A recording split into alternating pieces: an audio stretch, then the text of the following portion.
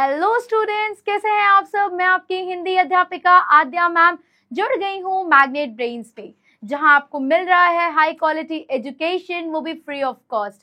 Kindergarten से लेके class 12 तक इंग्लिश मीडियम स्टूडेंट्स के लिए एंड 6 से लेकर के 12 तक हिंदी मीडियम स्टूडेंट्स के लिए।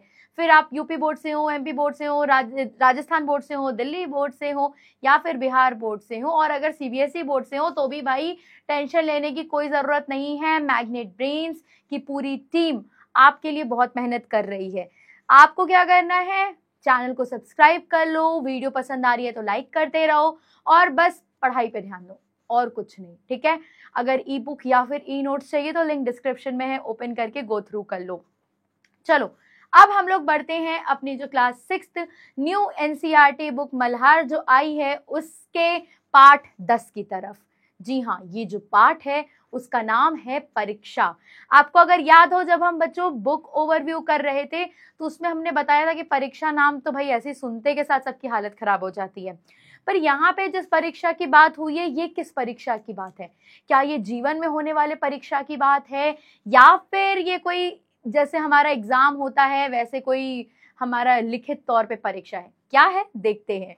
चलिए टाइम नहीं वेस्ट करेंगे, हम इसको देखिए, इस पूरे पार्ट को हमने 2 हिस्सों में बांटा है। तो भैया ये पहला जो पार्ट है इसका वो है, इसमें हम लेखक परिचय करेंगे और कहानी के कुछ हिस्से इसमें कवर करेंगे। फिर इसके दूसरे वाले में पूरी कहानी का अंत पे आते हैं। चलो जल्दी से देखते हैं। सबसे पहली चीज बच्चों, एक चीज याद रखना, जो इस कविता जो इस पाठ है, जो ये पूरी रचना है, ये जो रचना है इसके जो लेखक हैं वो हैं हमारे मुंशी प्रेमचंद, और इनका नाम आज भी हम लोगों के मतलब कह लो हिंदी साहित्य में बहुत ही इज्जत से लिया जाता है। अब हम इनके बारे में पढ़ लेते हैं, जल्दी से परिचय ले लेते हैं। और सबसे पहले परिचय के पहले हमारे ये क्यूट से प्रेमचंद जी को देख लो। चलो आगे बढ़ते हैं। हिंदी के एक महान लेखक और कथा सम्राट के नाम से प्रसिद्ध प्रेमचंद, क्या नाम है बच्चों? प्रेमचंद। इनको मुंशी प्रेमचंद भी कहते हैं, और इनका वास्तविक नाम क्या है ये बहुत ही कम लोग जानते हैं, वो है धनपत राय। क्या नाम है? धनपत राय। प्रेमचंद का वास्तविक नाम धनपत राय है। बहुत ही कम लोगों को ये चीज पता है। आप चाहो तो इसको मतलब कभी टीचर से पूछने के लिए, किसी से भी पूछने के लिए पूछ सकते हो कि प्रेमचंद का नाम बताओ, असली नाम क्या है, तो वो आपको बता देंगे कि धनपत राय। ठीक है, ये बहुत ही कम लोग को पता है। चलो, उन्होंने समाज सुधार, बच्चों ये वाला पॉइंट जरूर देखना, उनको किस तरीके की रचनाएं करने का शौक है। समाज सुधार और राष्ट्रीय भावना से ओतप्रोत कई कहानियां और उपन्यास लिखे हैं इन्होंने। बहुत सारी कहानी और उपन्यास कहते हैं नॉवेल को, ठीक है। उन्होंने बहुत सारी ऐसी स्टोरीज और नॉवेल लिखे हैं जो कि किससे हो भाई, किससे भरी हो? सबसे पहली चीज राष्ट्रीय भावना, मतलब हमारे देश को एकत्र करने की भावना, मतलब एकजुट होकर काम करने की भावना, इससे। दूसरा समाज सुधार, उनका प्रिय विषय रहा है बच्चों समाज सुधार। देखो, अगर आपने पाठ 4 पढ़ा हो तो मैंने उसमें आपको बताया था कि हार की जीत में जो हमारे सुदर्शन जी हैं वो प्रेमचंद को अपना एक तरह से कह लो आइडल मानते हैं, और इसीलिए वो जो लिखते हैं वो ऐसा लिखते हैं यथार्थवादिता के आगे की स्टोरी लेकर के, मतलब कैसा होना चाहिए हमारा काल्पनिक समाज, उसको भी लिखते हैं, ठीक है। और ये जो यही प्रेमचंद जी की आदत है, मतलब जो चीजें हो रही हैं उसको तो दिखाते हैं और कैसी होनी चाहिए वो उसको भी दिखाते हैं। तो ये इनके बारे में बहुत बड़ी विशेषता है। समाज को सुधारने पर इन्होंने कई तरीके से इन्होंने कहानियां लिखी हैं, जिससे हमें पता चलता है कि हमें क्या क्या चीजें सुधारनी चाहिए और हमारे समाज की क्या क्या वो कमियां हैं, या कह लो कि लूप होल्स हैं, ठीक है। चलो आगे बढ़ते हैं। उनकी अनेक कहानियां, जैसे ईदगाह, बच्चों मैं पर्सनली आपको बोलूंगी, व्यक्तिगत तौर पे मुझे ईदगाह बहुत अच्छी लगती है। आप छोटे बच्चे हो, आप इसको एक बार जरूर पढ़ना। ये ईदगाह स्टोरी में है क्या, बहुत अच्छी स्टोरी है, मैं आपको रेकमेंड करती हूँ, इसको जरूर पढ़ना। बड़े भाई साहब, गुल्ली डंडा, 2 बैलों की कथा। जो 2 बैलों की कथा है ना बच्चों, ये आपको क्लास 9th के एनसीईआरटी बुक में है, ठीक है भाई। प्रेमचंद को नाम याद कर लो, इनका धनपत राय जी अब आपको 12th तक आपको साथ में मिलेंगे किसी न किसी रूप में, कोई ना कोई कहानी में। अगर आप हिंदी लेते हो तो भैया ये नाम आपको याद होना चाहिए। चलो, ये 2 बैलों की कथा क्लास 9th में है। आदि बड़ों और बच्चों के बीच बहुत पढ़ी और सराही गई है। ये जो कुछ इनकी रचनाएं हैं ये बच्चों के बीच में और बड़ों दोनों के बीच में ही पढ़ी भी जा रही हैं और उसकी सराहना भी की गई है। यहाँ तक समझ में आया। हमारे जो लेखक है वो है मुंशी प्रेमचंद, जिनका वास्तविक नाम धनपत राय है, और वो हमेशा राष्ट्रीय भावना और उस समाज सुधार की भावनाओं से वो लिखते हैं। उनकी जितनी भी रचनाएं हैं वो इन दोनों चीजों को मद्देनजर रखते हुए ही लिखी जाती हैं। यहाँ तक क्लियर है। उनकी फिर कुछ रचनाएं हैं, ईदगाह, गुल्ली डंडा, भाई साहब, दो बैलों की कथा, नमक का दारोगा। आगे पढ़ोगे बहुत आपको मिलेंगे, क्लास 12 तक मिलते जाएंगे। चलो यहाँ तक सबको क्लियर है। जल्दी से अब बढ़ते हैं आगे। यहां से शुरू होता है हमारा पाठ। अब यहाँ पे हम पाठ पढ़ते जाएंगे और आपको समझाते जाएंगे। चलो, जब रियासत देवगढ़ के दीवान सरदार सुजान सिंह बूढ़े हुए तो परमात्मा की याद आई। अब देखना, ये लाइन में ही तुम्हें 2-3 चीजें समझ में आनी चाहिए। सबसे पहली चीज, देवगढ़। देवगढ़ क्या है बच्चों? ये एक जगह है, उत्तर प्रदेश में एक जगह है जिसका नाम है देवगढ़। तो ये बता रहे हैं कि जब रियासत देवगढ़, मतलब जब देवगढ़ के दीवान, दीवान क्या है? देखो, दीवान एक पोस्ट होती है। जैसे आज के टाइम पे हमारे वित्त मंत्री हैं, वैसे ही पहले के टाइम पे जब जहाँ राजा महाराजा होते थे उनके में वित्त मंत्री के तरह ही एक पोस्ट होती थी दीवान की। ठीक है, तो देवगढ़ के वित्त मंत्री कह लो, एक बात पे बता रही हूँ, दीवान सरदार सुजान सिंह।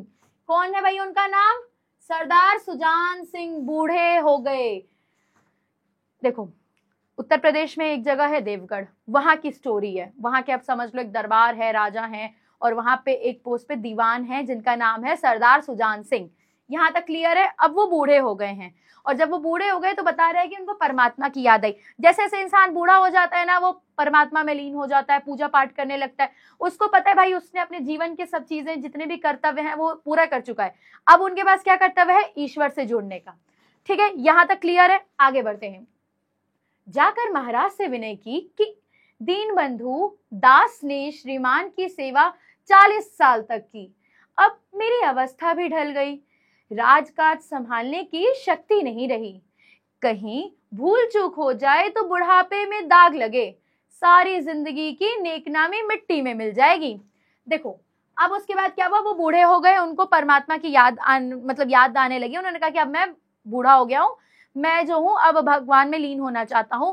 फिर वो गए राजा के पास और राजा से बोले, दीन बंधु दास। दास कौन बोल रहे हैं? वो खुद को, जो खुद को सरदार सुजान सिंह है, वो खुद को क्या बता रहे हैं? दास। इसका मतलब देखो वो कितने विनम्र हैं। ठीक है, दास ने श्रीमान की सेवा 40 साल तक की।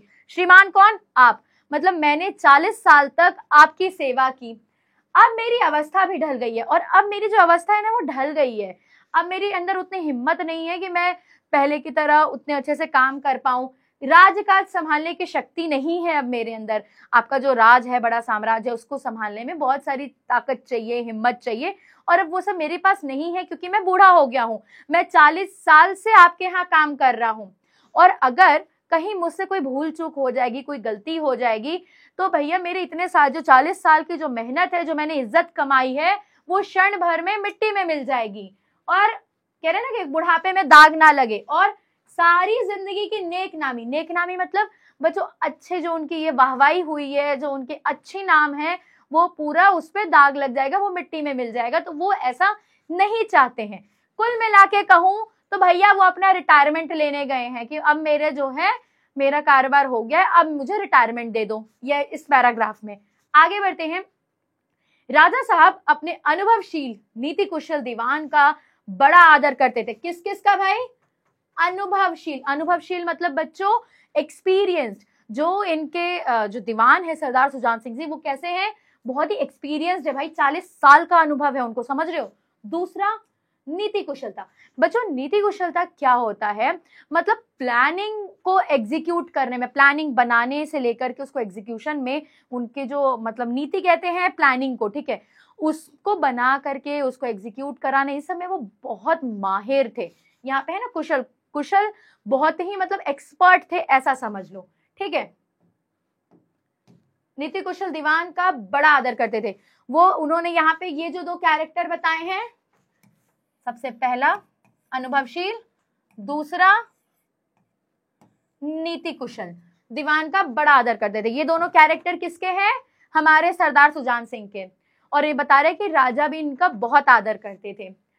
बहुत समझाया, लेकिन जब दीवान साहब ने ना माना तो हारकर उनकी प्रार्थना स्वीकार कर ली, पर शर्त लगा दी। रुको, यहाँ पे भी रुकती हूँ। देखो, हमारे जो दीवान हैं वो महाराज के पास गए। वो बोले कि महाराज, मैं अब बहुत बूढ़ा हो गया हूँ, मेरी अब अवस्था नहीं है कि मैं सब कामकाज कर सकूं, तो मैं अपना रिटायरमेंट ले रहा हूँ कुल मिला के। तो राजा उनको समझाया कि नहीं नहीं, अभी थोड़ा और चल जाओ, रिटायरमेंट की क्या जरूरत है, क्योंकि वो भाई बहुत ही एक्सपीरियंस थे और उनकी जो नीति कौशलता है, कुशलता बहुत अच्छी है। ठीक है, तो इसलिए वो नहीं चाहते थे कि कोई अच्छा एम्प्लॉय कह लो उनके किंगडम से जाए। बट उन्होंने बहुत समझाया, लेकिन हमारे जो सरदार सुजान सिंह थे वो दृढ़ हो गए, नहीं भाई मुझे अब छोड़ना है, अब मैं नहीं चाहता कि मेरे बुढ़ापे में कोई मेरे पे दाग लगे। फिर अंत में थक हार के राजा को उनकी जो बात थी वो स्वीकार करनी पड़ी। उन्होंने कहा ठीक है, लेकिन एक शर्त लगा दी। अब वो शर्त क्या है, आगे पढ़ते हैं। पर शर्त यह लगा दी कि रियासत के लिए नया दीवान आप ही को खोजना पड़ेगा। मतलब भैया अगर आप जा रहे हो ठीक है जाओ, लेकिन मेरी रियासत के लिए, कौन सी रियासत है ये, देवगढ़ की रियासत के लिए नए दीवान आप ही को खोजना पड़ेगा। मतलब आप जा रहे हो तो अपनी जगह एक अच्छा सब्स्टिट्यूट दे जाओ मुझे। कुल मिला के राजा का ये कहना है। और राजा को सोचो कितना भरोसा था अपने उन दीवान पे कि वो एक नए एम्प्लॉय के लिए उन्हीं को बोल दिया, नहीं भैया आप जा रहे हो तो मुझे अपने ही तरह एक काबिल इंसान ढूंढ के दे दो। अब भाई बहुत बड़ी जिम्मेदारी आ गई हमारे सरदार सुजान सिंह के ऊपर, और वैसे भी बूढ़े हो चुके थे। चलो आगे क्या हुआ, फिर उन्होंने उसको स्वीकार कर लिया, क्योंकि भाई उनको रिटायरमेंट तो चाहिए था। तो रिटायरमेंट के लिए उन्होंने कहा ठीक है मैं नया ढूंढता हूं। अब आगे देखो क्या हुआ। दूसरे दिन देश के प्रसिद्ध पत्रों में यह विज्ञापन निकला कि, प्रसिद्ध पत्रों मतलब एक तरह से कह लो फेमस न्यूज़पेपर्स, ठीक है। जनरली न्यूज़पेपर भाई पहले के टाइम पे हमें कोई बात पहुंचानी होती थी तो एक यही न्यूज़पेपर ही तो जरिया होता था ना, लोग पढ़ते थे। जो भी हमें एडवर्टीजमेंट का सबसे बेहतरीन तरीका जो था वो न्यूज़पेपर था पहले के टाइम पे। तो यहाँ पे वही कह रहा है कि प्रसिद्ध पत्रों में विज्ञापन निकाला। क्या निकाला, यहां से पढ़ो। देवगढ़ के लिए एक सुयोग दीवान की जरूरत है। सुयोग वर नहीं, यहाँ पे बोल रहा है कि देवगढ़ के लिए एक सुयोग दीवान की जरूरत है। जो सज्जन अपने को इस पद के योग्य समझे वे वर्तमान सरकार सुजान सिंह की सेवा में उपस्थित हो। यहाँ पे देखो, अब उन्हें अगले दिन क्या हुआ, न्यूज़पेपर में ऐसा एडवर्टीजमेंट छपा। क्या एडवर्टीजमेंट छपा कि भाई जो हमारा देवगढ़ है उसमें वहां पे एक नए दीवान की जरूरत है, और जिसको भी लगता है वो उस पोस्ट के लिए काबिल हो वो वर्तमान सरकार सुजान सिंह की सेवा में उपस्थित हो, मतलब वहां पे आ जाओ। ठीक है, यह जरूरी नहीं। अब यहाँ पे वो पूछ रहा है, बता रहा है कि आपको क्वालिफिकेशन क्या चाहिए। यह जरूरी नहीं है कि वे ग्रेजुएट हो, मतलब ग्रेजुएट होना बिल्कुल भी जरूरी नहीं है। इस जगह पे क्या बोल रहे हैं कि बेटा यहाँ पे जरूरी नहीं है कि आप ग्रेजुएट हो। उन्होंने एडवर्टीजमेंट निकाली कि हमें कैसा योग्य दीवान चाहिए, सुयोग्य दीवान चाहिए, और ये जरूरी नहीं है कि वो ग्रेजुएट हो। अब देखो क्या जरूरी है, ठीक है, मगर हष्ट पुष्ट होना चाहिए, होना आवश्यक है। क्या होना जरूरी है, हष्ट पुष्ट मतलब हेल्दी होना जरूरी है। मंदाग्नि के मरीज को यहाँ तक कष्ट उठाने की कोई जरूरत नहीं है। बच्चों मंदाग्नि कहते हैं, मंदाग्नि के मरीज का मतलब, मंदाग्नि जो पेट से में जो समस्या होती है खाना ना पचने के कारण, जैसे गैस हो गया, IBS हो गया, इस तरीके की समस्या वाले जो मरीज हैं उनको भैया इतनी कष्ट उठाने की जरूरत नहीं है। मतलब उन लोग इस पोस्ट के लिए एलिजिबल नहीं है। आप कम पढ़े लिखे हो चल जाएगा, पढ़ाई लिखाई के लिए मतलब जरूरी नहीं कि आप ग्रेजुएट हो, लेकिन हाँ आपको हष्ट पुष्ट होना चाहिए, मतलब आप हेल्दी होने चाहिए। बीमार इंसान वहां पे जरूरत नहीं है। आगे, 1 महीने तक उम्मीदवारों के रहन सहन, आचार विचार की देखभाल की जाएगी। मतलब 1 महीने तक आप वहां रहेंगे, आपकी पूरी तरह से आपका आचार और विचार, जो आपकी सोचने की शक्ति है, आपके आचरण कैसे हैं और रहन सहन आप कैसे रहते हैं, आपके रहने सहन का तरीका क्या है, इन सब चीजों पर विचार किया जाएगा कि आप उस दीवान के पोस्ट के लिए योग्य हैं कि नहीं। ठीक है, मतलब आप आ रहे हो तो 1 महीने तक आपको वहीं रुकना पड़ेगा। विद्या, बच्चों यहां से देखना, विद्या का कम परंतु कर्तव्य का अधिक विचार किया जाएगा। उन्होंने इस लाइन में पूरी तरह से बता दिया है उनको क्या चाहिए, विद्या का कम परंतु कर्तव्य का अधिक विचार किया जाएगा। भाई पढ़े लिखे कम हो चल जाएगा, लेकिन आपके अंदर मानवता होनी चाहिए, आपके अंदर मानवीय गुण होने चाहिए। यहाँ पे वो बता रहे हैं उनके लिए दीवान के पोस्ट के लिए सबसे ज्यादा जरूरी क्या है, आपके अंदर मानवता होनी चाहिए, मानवीय गुण अच्छे होने चाहिए और बीमार नहीं होने चाहिए, आप हेल्दी होने चाहिए। अब यहां से करिए, जो महाशय इस परीक्षा में पूरे उतरेंगे वे इस उच्च पद पर सुशोभित होंगे। जो महाशय इस परीक्षा, अब यहां से देखो आया हमारा शीर्षक, परीक्षा समझ में आई कि कौन सी परीक्षा है।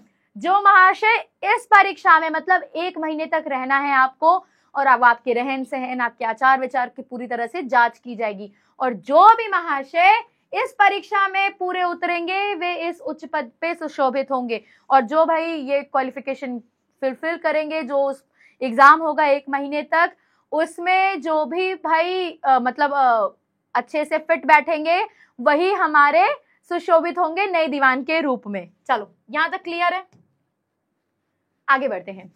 अब यहाँ पे सीन दूसरा क्या है, इस विज्ञापन ने सारे मुल्क में तहलका मचा दिया। मतलब ये जब विज्ञापन लोगों तक पहुंचा, मुल्क कहते हैं देश में, पूरे देश में तहलका मच गया।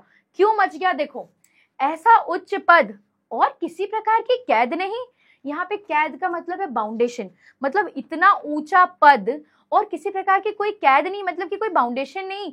देखो अब ऐसा समझो कि अगर आज के टाइम पे अगर हमने ऐसा, आपको एडवर्टीजमेंट आया न्यूज़पेपर में कि मान लो वित्त मंत्री जो हमारे फाइनेंस मिनिस्टर हैं, उनकी पोस्ट पे एक नए लोगों को हायर करना है, और उसमें कोई भी प्रकार की ये जरूरी नहीं है कि आप कॉमर्स से हो या फिर आपको अकाउंट्स आदमी चाहिए। वहां पे मतलब जनरली ये बोला गया कि आपका रहन सहन और आपके आचार विचार देखे जाएंगे। तो आपको नहीं लगेगा भाई ये तो कितना इजी है, मतलब किसी प्रकार का एग्जाम नहीं, बाउंडेशन नहीं, डायरेक्ट ऐसा कि मतलब केवल हमारे रहन सहन और बेसिक चीजों को देख करके हमारा चयन होगा। अब इसके आगे देखते हैं, ठीक है, कैद नहीं का मतलब बाउंडेशन नहीं है, यहाँ पे केवल नसीब का खेल है। मतलब ये सारी चीजें भाई अब जिसका भी सिलेक्शन होगा वो तो नसीब के ऊपर होगा ना, क्योंकि कोई एग्जाम है नहीं। अब एग्जाम होता तो मान लो उसमें से बच्चे छट जाते, पर ऐसा यहाँ पे कुछ भी नहीं है। आगे, सैकड़ों आदमी अपना अपना भाग्य परखने के लिए चल खड़े हुए। मतलब जब ये विज्ञापन देखा पूरे मुल्क में तहलका मच गया और बहुत सारे मतलब सैकड़ों आदमी क्या हुआ, अपना अपना भाग्य देखने के लिए, चलो जिसकी लग गई किस्मत की बात है चल के देखते हैं। वहां पे क्या हुआ भाई, आके मतलब आने के लिए निकल गए। अब क्या हुआ, देवगढ़ में नए नए और रंग बिरंगे मनुष्य दिखाई देने लगे। क्यों देने लगे, क्योंकि भाई बहुत जगह से लोग आ गए थे हमारे देवगढ़ में, वहां पे क्योंकि अब एग्जाम हो रहा था और 1 महीने तक रुकना था। तो जो वहां के लोकल लोग थे देवगढ़ के, उन लोगों को अलग अलग चेहरे दिख रहे थे भाई, और जो भी लोग जहां से आ रहा था वो अपने अलग पोशाक, अपने कल्चर का को भाई वहां पे दिखा रहा था ना। मान लो एक बार पे जो सरदार होगा वो पगड़ी बांधा होगा, कंगन हाथ में कड़ा पहना होगा, और मान लो कोई अगर मॉडर्न होंगे तो वो कोट शर्ट ऐसे मतलब होंगे, वॉकी टॉकी लगाए होंगे, अलग अलग चीजें मतलब कुल मिला के उनको कहाँ पे देवगढ़ में दिखने लगी थी। अब यहाँ पे आते हैं, क्या बोल रहा है, देवगढ़ में नए नए और रंग बिरंगे मनुष्य दिखाई देने लगे। प्रत्येक रेलगाड़ी से उम्मीदवारों का एक मेला सा उतरता था। मतलब हर जो भी गाड़ी आती थी वहां से ऐसा इतनी आबादी में लोग आते थे कि ऐसा लगता था मेला है, कोई मेले की तरह वहां पे लोग आते थे। आगे, कोई पंजाब से चला आता, कोई मद्रास से, कोई नए फैशन का प्रेमी, कोई पुरानी सादगी पर मिटा हुआ। मतलब हर तरह के लोग आए थे। कोई ऐसा था जो पंजाब से आ रहा था, कोई ऐसा था जो साउथ से, मतलब यहाँ मद्रास बच्चों, आज के टाइम पे हम चेन्नई को मद्रास पहले कहते थे ना, पहले मद्रास था, आज उसको क्या कहते हैं, चेन्नई, ठीक है। तो यहाँ पे 2 अलग अलग कल्चर को भी दिखा रहा है, एक हमारे नॉर्थ के कल्चर को जो हमारे आ गया पंजाब से, और एक साउथ के कल्चर, मतलब हर जगह से लोग आ गए थे, ठीक है। उसके बाद क्या कह रहा है, रंग नए नए फैशन के प्रेमी, कई ऐसे थे जो नए फैशन के प्रेमी थे और कई ऐसे थे जो पुरानी सादगी पर मिटे हुए थे। मतलब कई आपको रंग बिरंगे बता रहा है, कुछ ऐसे जो आधुनिकता को अपनाए हुए, कुछ ऐसे जो पुराने सोच वाले, कुछ ऐसे जो मद्रास से हो, कुछ ऐसे जो आपके पंजाब से हो, मतलब कुल मिला के सभी लोग आ गए थे। आगे, रंगीन एमामे, चोगे और नाना प्रकार के अंगरखे और कंटोप देवगढ़ में अपनी सजधज दिखाने लगे। वो अब देखो, अभी मैंने बताया ना कि वो दूसरे कल्चर से आए थे, तो वो अपने अपने ड्रेस भी पहने हुए थे। तो बच्चों ये जो है ना कंटोप, अंगरख, एमामे, चोगे, ये सब जो है ना, ये सब पहनावे हैं एक तरह के, ठीक है। आप इसको देखना गूगल पे भी आपको समझ में इजीली आ जाएगा। तो ये अलग अलग जगह से लोग जो पहन पहन के आ रहे थे वो उस चीज को दर्शा रहा है कि मतलब इतने रंग बिरंगे थे। आगे ये वाली लाइन जरूर ध्यान देना, लेकिन सबसे विशेष संख्या में ग्रेजुएट की थी। भाई देखिए सबसे विशेष संख्या किसकी थी? ग्रेजुएट की। हालांकि बोला गया था कि कहीं भी आपको पढ़ाई लिखाई का कोई मायने नहीं रखता है, पढ़ाई लिखाई जरूरी नहीं है इस पोस्ट के लिए, आपको हष्ट पृष्ठ होना चाहिए, ये इस चीज की आवश्यकता है। लेकिन जो सबसे ज्यादा कह लो कि मतलब जो सबसे ज्यादा हिस्से में आए थे वो कौन थे भाई? वो हमारे ग्रेजुएट थे। ग्रेजुएट लोग ही सबसे ज्यादा आए थे। देखो यहाँ पे हमारे प्रेमचंद जी ने कितना अच्छा सरकाज़्म मारा है कि जो इतने पढ़े लिखे लोग हैं वो भी कहीं ना कहीं बेरोजगार हैं जो इस नौकरी के लिए भाई आगे। अब ये बताओ कोई इंसान ऑलरेडी बहुत सेट है, बहुत अच्छी नौकरी कर रहा है, तो वो एक नौकरी छोड़ के दूसरे में थोड़ी आएगा। तो यहाँ पे जनरली यही बोला गया कि मतलब ग्रेजुएशन पढ़े लिखे बहुत सारे लोग थे और वो लोग आए थे दीवान की पोस्ट के लिए। अब इसके आगे, क्योंकि सनद की कैद न होने पर भी सनद से पर्दा तो ढका रहता है। यहाँ पे बच्चों जो सनद होता है, पहले ये समझो सनद क्या होता है। सनद अभी आजकल तो आप लोग शायद नहीं जानते होंगे, बहुत पहले के बाद में है। पहले में क्या होता था, सनद एक डिग्री होती थी जो 10th और 12th पार करने के बाद आपको मिलती है। उसमें आपकी पूरी डिटेल्स मिलती है। डिग्री क्या, उसको सर्टिफिकेट कह लो, डिग्री तो गलत हो जाएगा, सर्टिफिकेट है। सनद एक सर्टिफिकेट है जिसमें सब चीजें लिखी रहती हैं कि आपने किस मार्क्स से डिस्टिंक्शन से लिया है, कौन सा क्लास आया है आपका, सारी डिटेल्स रहती है। जब आप 10th क्रॉस करते हो या 12th क्रॉस करते हो, बहुत सारे लोग, आप लोगों को भी एक पेपर मिला होगा, सर्टिफिकेट मिला होगा जब आपने 10th और 12th क्रॉस किया होगा, तो ये वही सनद है। ठीक है, अब यहाँ पे क्या बोल रहा है, लेकिन सबसे विशेष संख्या में कौन आए थे? ग्रेजुएट की थी। सबसे ज्यादा विशेष संख्या किसकी थी? ग्रेजुएट की थी। क्योंकि सनद की कैद ना होने पर भी, मतलब भाई वो डिग्री की मान्यता नहीं थी मांगी गई थी, लेकिन फिर भी सनद से पर्दा तो ढका रहता है।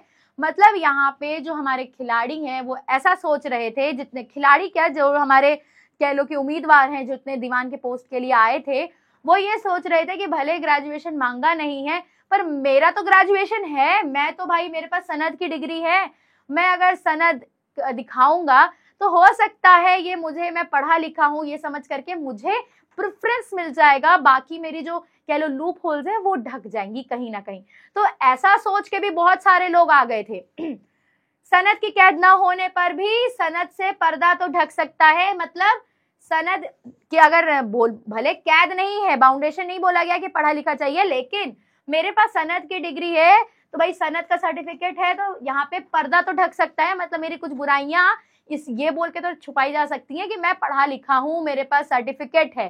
ठीक है, यहां तक क्लियर आए हुआ। अभी तक की स्टोरी में वहां जो देवगढ़ थे, वहां के राजा के पास हमारे जो दीवान है सरदार सुजान सिंह जी, वो आए और आकर के कह रहे हैं कि भाई मेरे को मतलब मैं रिटायरमेंट ले रहा हूं। और फिर राजा ने कहा ठीक है, अगर आप ले रहे हो तो फिर मुझे अपनी टाइप का कोई इंसान, मतलब कोई ऐसा सब्स्टिट्यूट दो जो कि भाई मेरे राज्यपाल को आप ही की तरह संभाल सके। तो उन्होंने कहा ठीक है।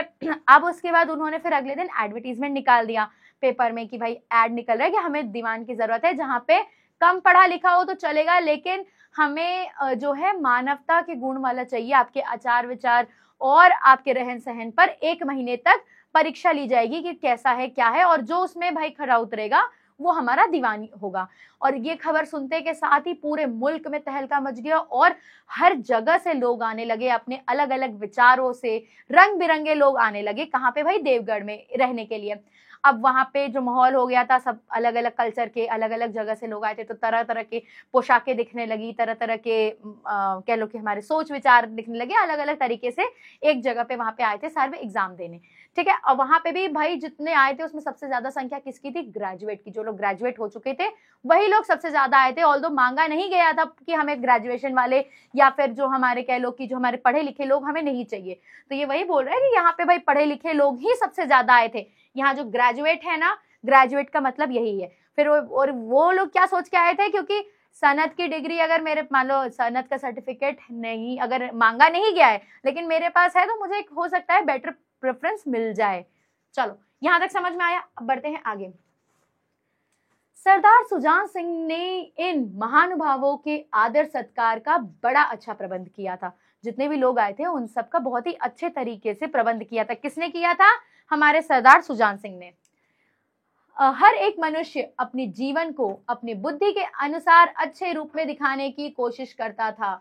मतलब भाई जितने भी लोग आए थे अपनी अपनी बुद्धि के अनुसार सब अच्छा बनने की कोशिश कर रहे थे। अब यहाँ पे उन्होंने कुछ कुछ उदाहरण दिए हैं कैसे अच्छा बनने की कोशिश कर रहे थे। मिस्टर उन्होंने अल्फाबेट लिया है, लिया है, ठीक है। मिस्टर 9 बजे तक सोया करते थे, आजकल वे बगीचे में टहलते हुए उषा का दर्शन करते हैं। देखो उषा क्या होती है, सबसे पहले ये समझो। उषा का अर्थ होता है बच्चों जो सुबह भोर काल की जो पहली किरण होती है ना, उसको उषा कहते हैं। उषा एक काल होता है, मतलब समझ लो जो कि सूर्योदय होता है तो सबसे पहली किरण होती है उसी को बोलते हैं उषा काल। तो भैया जो था मतलब वहां पे लोग जो थे सब अपने आप को अपनी अपनी बुद्धि के अनुसार अच्छा दिखाने की कोशिश कर रहे थे। देखो सबके अंदर पता है कि उनकी क्या कमियां हैं, ठीक है, लेकिन अगर आप जान रहे हो कि सामने वाला आपको जज कर रहा है तो आप उन कमियों पर भी वर्क करके थोड़े टाइम के लिए बहुत अच्छे से प्रिटेंड करते हो कि मैं तो बहुत एक्सपर्ट हूँ। जैसे मान लो आप भले घर में 10 बजे 12 बजे उठते हो, लेकिन अगर मान लो कोई आता है आपके घर पे तो होता है ना कि भाई चाचा आ रहे हैं, पापा कहते हैं कायदे से उठ जाना, तो सुबह 6 बजे उठ जाते हो दिखावे के लिए। बस यहाँ पे भी वही हो रहा है। अब यहाँ पे मिस्टर जो आए हैं वो सुबह के 9 बजे तक सोते रहते थे, लेकिन आज यहाँ पे जब से आए हैं वो दिखाने के लिए क्या कर रहे हैं, सुबह भैया सुबह सुबह मतलब उषा काल जब सूर्योदय नहीं भी होता उसके पहले ही वो टहलने लगते हैं। वो पार्क में घूमते हुए जो है जो सूर्य भगवान है उसकी पहली किरण का दर्शन करते हैं, ठीक है। आगे मिस्टर स और ज से उनके घरों पर नौकरों की नाक में दम था। मतलब स और ज, ज जो थे वो अपने घर में जो उनके नौकर हैं उनको बहुत मतलब समझ लो कि उनको इज्जत नहीं देते थे, नाक में दम किए रहते थे, इतना परेशान किए रहते थे। नाक में दम बच्चों एक मुहावरा है, मतलब कि परेशान किए रहना, ठीक है। लेकिन ये सज्जन आजकल आप और जनाब के बगैर नौकरों से बातचीत ही नहीं करते हैं। अब भाई यहाँ पे जो हमारे स और ज है उनको पता है कि उनके अंदर क्या कमी थी, कि वो नौकरों से बहुत बदतमीजी से बात करते थे, अच्छे से नहीं सलूक करते थे। लेकिन यहाँ आने के बाद वो क्या कर रहे हैं भाई, जितने भी नौकर हैं वो उनको क्या कर रहे हैं, आप और जनाब के अलावा तो वो नीचे बात ही नहीं कर रहे हैं, मतलब उनको पूरी तरह से इज्जत दे रहे हैं। जो लोग कभी घर पे अपने नौकरों को कभी इज्जत नहीं दी है वो यहाँ पे दिखावे के लिए उनको भरपूर इज्जत दे रहे हैं, ठीक है। आगे नौकरों से बात नहीं करते थे। अब मिस्टर ल का क्या था, मिस्टर ल को किताब से घृणा थी। मतलब जो मिस्टर ल है उनको किताब पढ़ना बिल्कुल पसंद नहीं था, परंतु आजकल वे बड़े बड़े ग्रंथ देखने पढ़ने में डूबे रहते हैं। लेकिन आजकल क्या है कि भैया वो बड़े बड़े ग्रंथ और हमारे कह लो कि ग्रंथ को देखने में और पढ़ने में डूबे रहते हैं।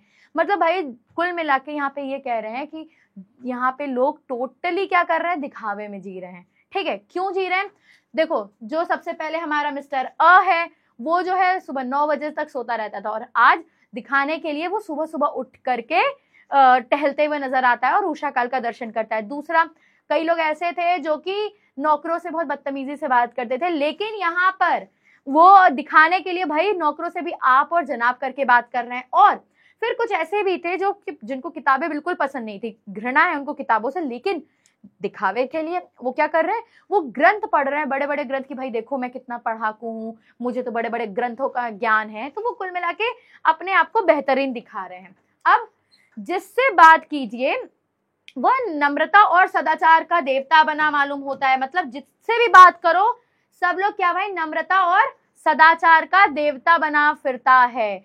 मतलब वो तो हर तरह से क्या करते हैं कि भैया मैं तो बहुत महान हूं, मेरे से ज्यादा अच्छा आचरण और विचार किसी और का है ही नहीं। समझ में आ गया? चलो अब हम बढ़ते हैं इसके आगे।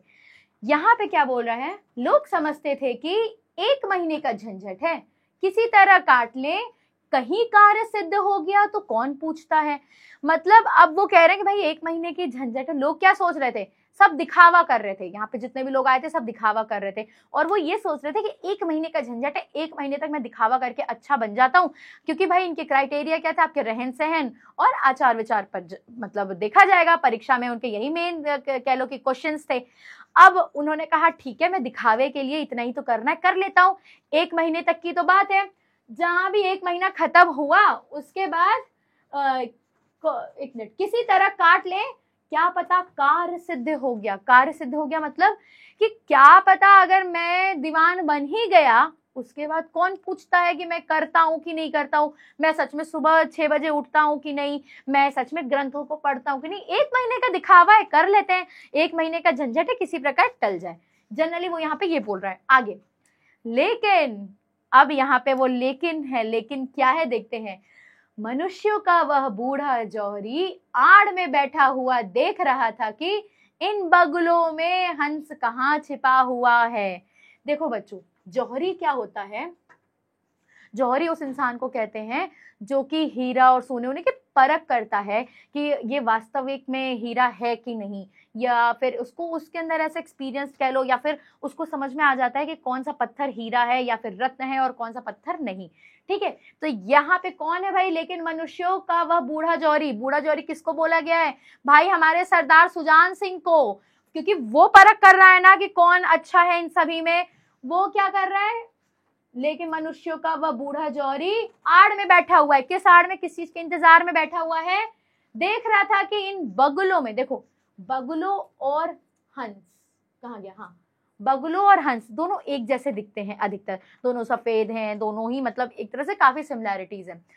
तो अगर मान लो बहुत सारे बगुले हैं, उसके बीच में हंस रहता है, तो उसको ढूंढना मुश्किल होता है। तो यहाँ पे जो हमारे जौहरी हैं, जो हमारे सरदार सुजान सिंह हैं, वो यही देखने की कोशिश कर रहे हैं कि ये जो दिखावटी लोग हैं, इन सब के बीच में वो वास्तविक इंसान कौन है जिसके अंदर सच में सदाचार है, जो सच में जिनका कह लो आचार और विचार उत्तम है।